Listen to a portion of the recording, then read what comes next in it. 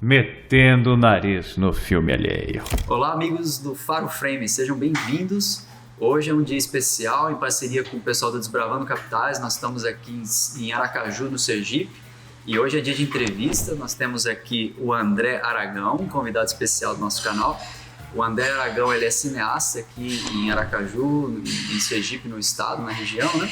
É cineasta, diretor, roteirista, entre multiuso no lado do audiovisual, né? Então seja muito bem-vindo, André. Eu que fico feliz pelo esse convite, por esse contato, por essa ponte criada, né, com realizadores, né, entusiastas do audiovisual, assim, de todo o Brasil, assim. Eu acho muito bacana quando essas relações se estreitam assim, né?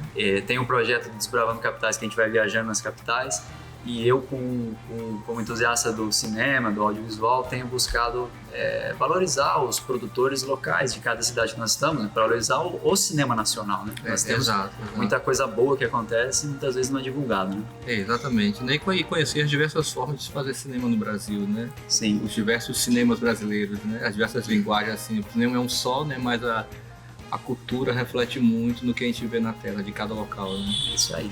Bom, então, André, eu queria confirmar contigo, pegar a sua opinião de como é a cena de cinema em Aracaju, Sergipe, como é a sua experiência aqui nesse estado, se é fácil ou difícil fazer cinema aqui? Fácil nunca é, né? É bem complicado, né? Eu digo que, por mais que alguns digam que não, eu digo alguns realizadores aqui de Sergipe, mas o cinema sergipano ainda é um bebezinho. Tá. É um bebezinho porque, lógico, temos cineastas dos anos 70, 60, na verdade eu digo mais entusiastas, né? Que procuravam fazer a sua forma de cinema, mas nunca realmente houve uma coisa que alavancasse isso, né? Por exemplo, nunca houve uma política de editais, nunca houve algo no sentido de fomento, de inclusão do audiovisual como parte da cultura sergipana dentro das festividades, dos espaços públicos, dentro de... os próximos festejos juninos são tão tradicionais aqui em Sergipe. A gente viu que os cinemas de rua foram morrendo aqui, né? Então, e sem espaço nenhum para as produções locais.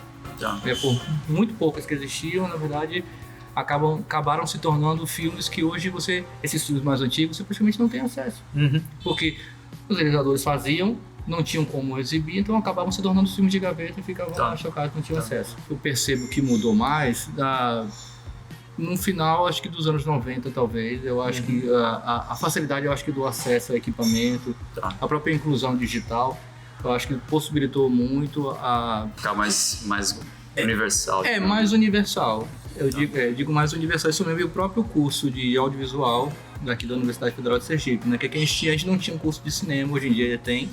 Mas, na verdade, ele está há quanto tempo esse curso? Já está por aqui? Eu não sei dizer exatamente, eu não me recordo bem. Era um curso de rádio e TV, né, que migrou para audiovisual e depois migrou para cinema e audiovisual, salvo engano, me perdoe se eu estiver errado, o pessoal da Universidade Federal.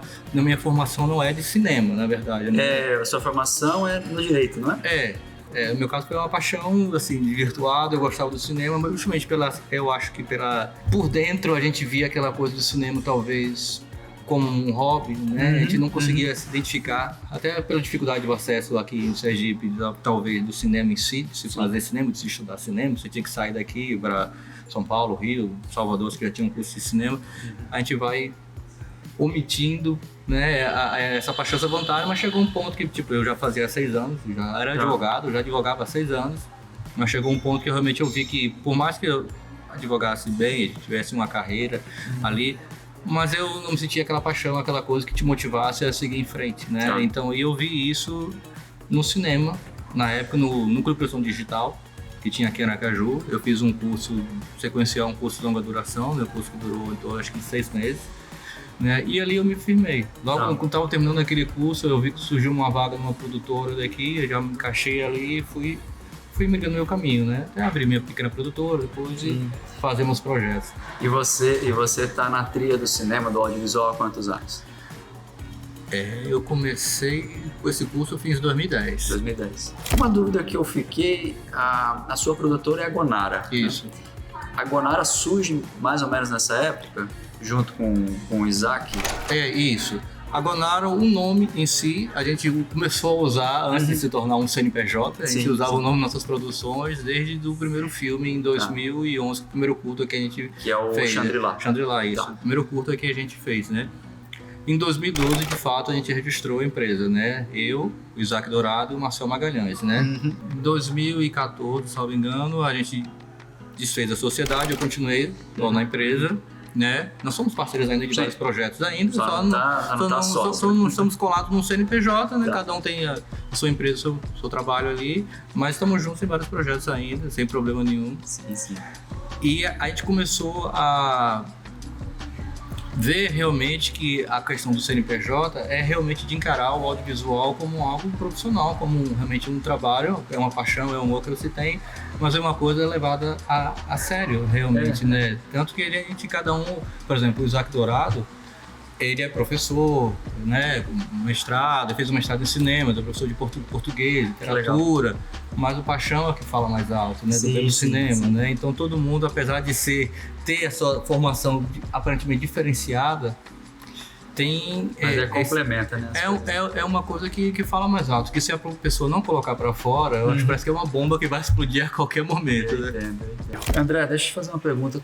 Como é a sequência aqui de... Quando você está fazendo suas produções, como é a questão de apoios, o circuito de festivais que você tem com suas produções? Como que é o seu, digamos, como fazer, né? A logística da coisa, como fazer, né? Se você não participa de um edital, é mais complicado, né? Tipo, eu tenho meu equipamento, eu consigo fazer produções menores com o que eu tenho na minha produtora. Consigo fazer, não tem problema nenhum. Mas o cinema não é uma arte que você faz só, né? Você pode até fazer, mas não é o legal, eu acho, né? Eu gosto de envolver umas pessoas e agregar. Lógico que eu tenho meus parceiros que se eu precisar de vão fazer, bora, todo mundo chega junto. Não tenha dúvida disso, né? O próprio Ivo Adnil, o Cícero Vieira, o Isaac, o Marcelo, todo mundo abraça a causa. Mas o ideal é que realmente se faça por editais, né? Agora está chegando aí esses editais do Paulo Gustavo, né? Mas no final do ano deve vir o Aldir Blanc também, e eu acho que vai movimentar muito a cena daqui. Eu achei uma pena, na verdade, eu não estou nem falando de mim, estou falando em geral, porque eu acho que no anterior da Paulo Gustavo, não, perdão, da Aldir Blanc, eu acho que por mais que tenha movimentado a cena, foram criadas muitas produções, mesmo assim eu achei que não se reverberou tanto quanto eu esperava que fosse reverberar. Porque eu acho que faltou de muita gente até realmente essa preocupação do que eu vou fazer agora. Eu fiz o filme, e agora? Sim. Qual é o próximo passo, né? Tem um produto na mão, né? E aí? Na minha concepção, você vai tornar um filme de gaveta, né? Vai pegar o filme, é o filme do churrasco, né? Tá ali, fiz o filme, quando tiver o churrasco com a família, eu boto pra galera assistir. Não é esse o objetivo, né? Eu acho que jamais envolvendo o dinheiro público, né? Sempre que a gente vai fazer um projeto, a gente sempre separa uma verba para festivais, né? Muitos festivais hoje em dia são pagos, né? Tem vários custos que você vai fazer de mídia, de divulgação. E quer não, você tem que fazer é uma espécie de lobby que você tem que fazer, né? Porque você tem que fazer um press kit, você tem que divulgar seu filme, você tem que despertar o interesse. Tipo, minha logística é essa, eu faço um filme, eu separo as imagens promocionais do filme, um reel, um press kit, envio para meio mundo de festivais. Faço já uma cama, digamos assim, né, para o filme, preparo as pessoas para fazendo uma campanha, para assimilarem até o que elas vão assistir, né? Então, que por exemplo, esse meu filme que eu contei agora, Talvez Eu Nunca Tenha Amado, esses são pormenores que estão por detrás do filme, que você assistindo o filme você não queria saber. Tá entendendo? Pra mim é muito pessoal, pra mim tá explícito ali, mas pra você que tá vendo, você não... Então você fazendo esse material, você acho que já apresenta o povo, desperta a curiosidade das pessoas. Faz né? algumas curiosidades, né? Exato. Mostra o que o seu filme tem de diferente. Você tem que também ter essa leitura, né? Porque nem no seu filme às vezes não funciona em todo tipo de festival. Então tem que fazer essa leitura, né? Hoje em dia tem muitos festivais de cinema feminino, muitos festivais universitários. Tem surgido muitos festivais regionais de cidades menores do interior. Né? Talvez Eu Nunca Tenha Amado vai ser exibido agora no festival na Chapada Diamantina, nunca tinha ido para lá. Tem um festival que está na 4ª edição, eu achei FASAI, um festival de cinema ambiental. Eles, inclusive o filme se adequa muito aos festivais ambientais pela temática dele. Faz sentido. Entendeu? Mas tudo depende da justificativa que você coloca também nessa apresentação. Porque às vezes a pessoa não nota até que seu filme tem um pano de fundo ambiental ali. Então até isso você tem que preparar, no caso, no seu press kit, na mídia que você divulga. Né? Tipo, esse próprio conversa que a gente está tendo aqui também já é uma fonte de um canal de propagação, uma janela, uma vitrine que você faz. Sim. Hoje que o mundo que é tão virtual e digital, você colocar dentro de... Não que eu seja um influencer, né? Meu canal não é tão grande assim. Mas acaba tendo uma pequena influência. Como a gente viaja bastante o país, a gente vai divulgando os nossos canais por aí, né? E aí a gente acaba tendo uma abrangência também nacional e vai trazendo outros públicos, né? Então, ter influências para divulgar os conteúdos é importante. Exato. Mas uma coisa que é importante também é tentar conseguir contatos com distribuidores, né? Sim. Agora, curta-metragem é uma coisa mais difícil, porque em geral os distribuidores têm interesse em longas, né? Tá. É que longas e curta já é um processo complicado de se fazer assim, né? Um longa é muito mais difícil, né? Só que, lógico, o que a gente vislumbra com essas leis, tipo a Paulo Gustavo principalmente, né, que vai vir uma verba maior, é que a gente consiga alavancar a produção de longas aqui, né? Sim. Então, pelo menos alguns longas eu acho que vão sair. A preocupação só realmente fazer com que esses longas consigam atingir público. Claro. Público, né? Sair realmente daqui e realmente entrar no circuito de cinema, meio que seja um pouco mais contido. É por isso que está com uma preocupação muito grande com distribuição, né? Contato com distribuidoras, já fazer essas pontes antes, que lógico, o filme para existir tem que ser visto. Isso não, claro. Não existe. Não, naquilo que você comentou, né? Ficar na gaveta e ninguém vê. Ninguém vê, faz só pra você. Não adianta. Aí é só uma questão, parece que de ego. Fiz aí, peguei meu dinheiro, guardei e acabou. Vamos pro próximo. A construção do Shangri-La foi num conto do Isaac, né? O Isaac tinha feito isso, porque eu estava fazendo esse curso sequencial no Núcleo de Impressão Digital, né? Tá. Eu ainda não estava, ainda era um profissional do audiovisual, assim, né? Fui mordido pelo cinema ali, tava louco pelo cinema, aquela coisa toda, com a minha galera ali. Eu e o Isaac tinha escrito um livro de contos. E falei, rapaz, eu tenho esse conto aqui e tal, vamos aproveitar, vamos fazer um curta e tal. Então a gente juntou uma turma na época, né? Vários amigos do curso também ali, alguns amigos da Universidade Federal, do curso de audiovisual, e a gente fez esse primeiro projeto, o Shangri-La, né? Foi um projeto bem audacioso, né, pra época, né, porque a gente fez uma baita mídia, a gente fez um baita lançamento, a gente procurou as figuras mais representativas da cultura daqui pra estar no filme, apresentador de TV. É verdade, tem um apresentador de TV, né? Tem, o Bareta, né, ele é bem popular, assim, na época, muito popular, ele tá lá. Então a gente fez um lançamento no Teatro Tiradentes aqui, que é um teatro que cabe 600 pessoas, tinha 800 pessoas. Era uma coisa assim que não tinha lugar pra ninguém, assim, né? Mas eu adoro seus filhos da puta.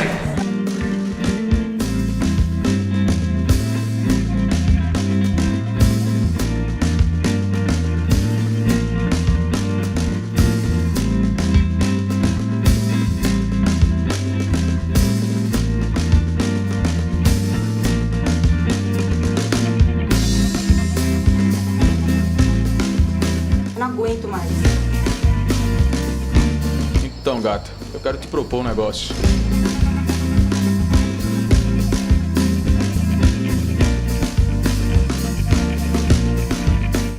Na verdade, eu quero ser teu sócio, entendeu? Acho que você tem muito talento pra estar desperdiçando desse jeito.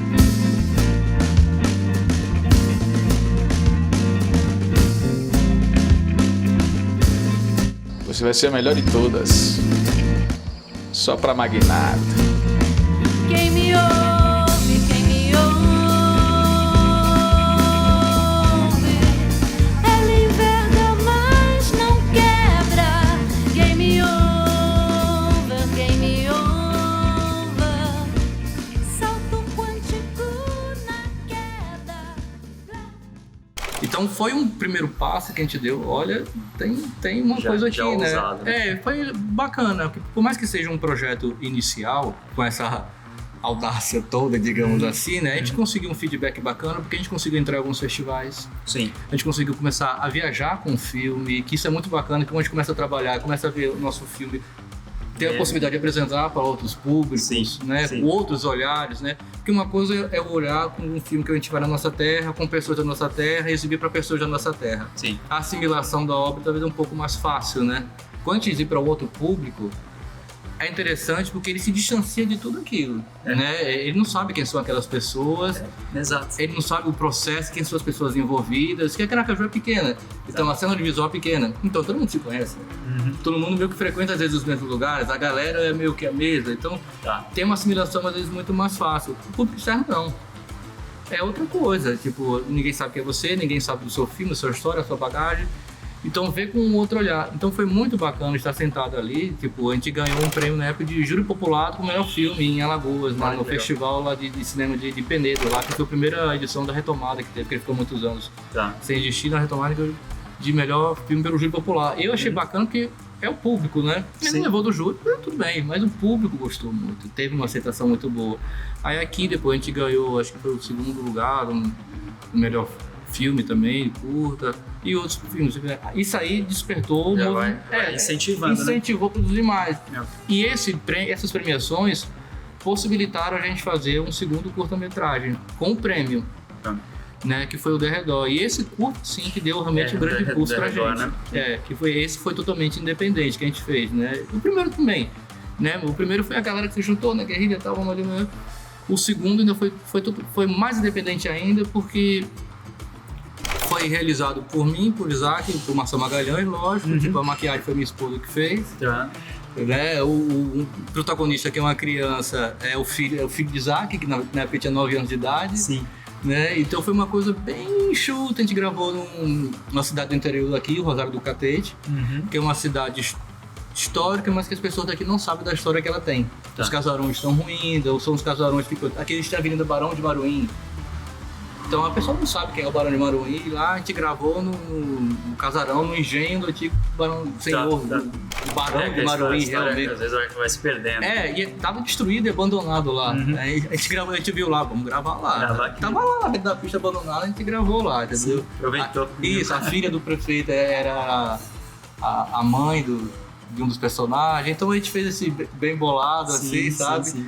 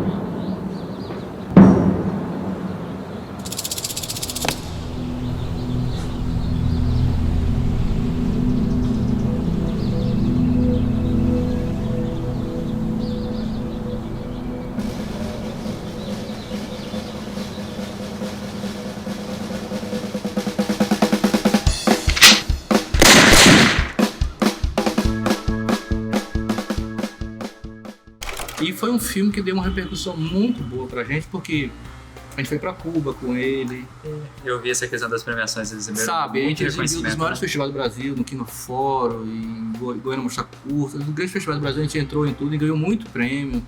A gente ganhou a menção honrosa lá em Cuba também, isso foi em 2013, né? Que a gente viajou, 2012, perdão. Então a gente, tudo fresquinho, né? No audiovisual, a câmera que a gente gravou, tipo, foi...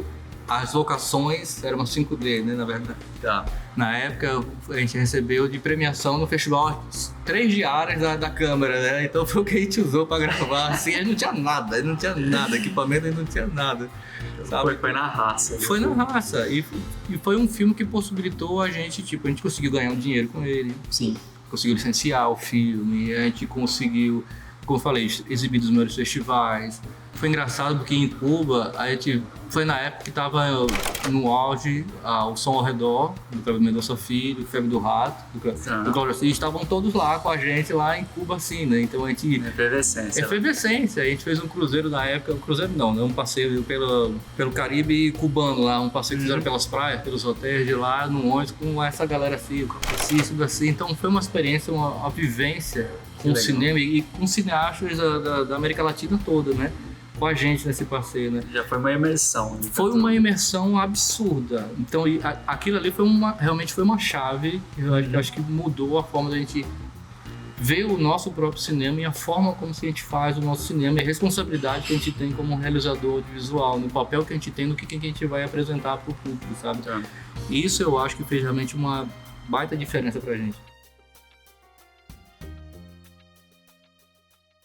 For further